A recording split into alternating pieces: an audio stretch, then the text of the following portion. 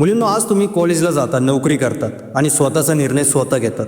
पण कधी विचार केलाय का, जर डॉक्टर आंबेडकर नसते तर तुम्ही आज असं जगू शकला असता का?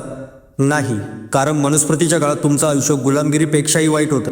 महिलाओं के लिए क्या लिखा हुआ है? महिलाएं जन्म से ही चरित्रहीन होती हैं. पुरुष को इनके ऊपर नजर रखनी चाहिए. स्त्री को कभी स्वतंत्र नहीं छोड़ना चाहिए. उसे बचपन में पिता के अधीन, युवावस्था में पति के अधीन और वृद्धावस्था में पुत्र के अधीन रहना चाहिए. मनुस्मृती स्त्रीला माणूस नाही, मालकी मानलं जात होतं. बालपणी वडील, तरुणपणी पती आणि वृद्धपणी पुत्र स्त्रीचं रक्षण करेल.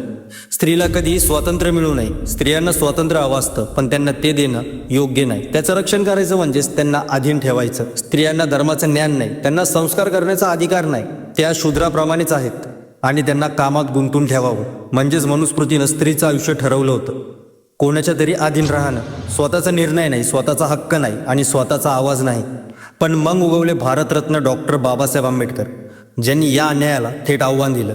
त्यांनी हिंदू कोड बिल आणलं, ज्यामुळे स्त्रियांना वारसा हक्क, घटस्फोटाचा अधिकार आणि स्वतःचं आयुष्य घडवण्याचं स्वातंत्र्य मिळालं. पण हाच कायदा संसदेत पारित होऊ दिला गेला नाही. त्यामुळे बाबासाहेबांनी 26 सप्टेंबर 1951 रोजी केंद्रीय मंत्रिपदाचा राजीनामा दिला. ते कोणत्या पदासाठी नव्हते लढत, ते लढत होते स्त्रियांच्या हक्कासाठी, समानतेसाठी आणि न्यायासाठी. तेव्हाच भारतात पहिल्यांदाच स्त्री म्हणजे विचार करणारी, निर्णय घेणारी आणि समाज घडवणारी व्यक्ती म्हणून ओळखली जाऊ लागली. जर बाबासाहेब नसते तर आजही तुम्हाला शाळेच्या दारातून आत जाता आलं नसतं. महाविद्यालय म्हणजे स्वप्न राहिलं असतं. तुमच्या आवाजाला संस्कार आहेत म्हणून गप्प बसवलं गेलं असतं. तुमचं लग्न तुमच्या मर्जीशिवाय झालं असतं आणि तुमचं आयुष्य कोणाच्या तरी अधीन राहिलं असतं.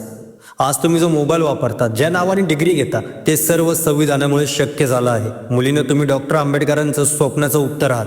ते म्हटले होते, मी स्त्रीला इतकं स्वातंत्र्य देईल की त्या पुरुषांच्या बरोबरीने नाही तर त्यांच्यापेक्षाही पुढे चालतील. म्हणूनच तुमचं शिक्षण त्यांचं उत्तर आहे, तुमचं यश त्यांचं समाधान आहे आणि तुमचं मौन त्यांच्या संघर्षाचा अपमान आहे.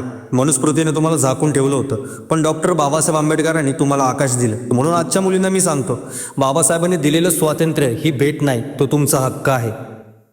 त्याचं संरक्षण करा, वापरा, समाजाला दाखवा की आंबेडकरांच्या मुली गप्प बसत नाही, त्या इतिहास घडवतात.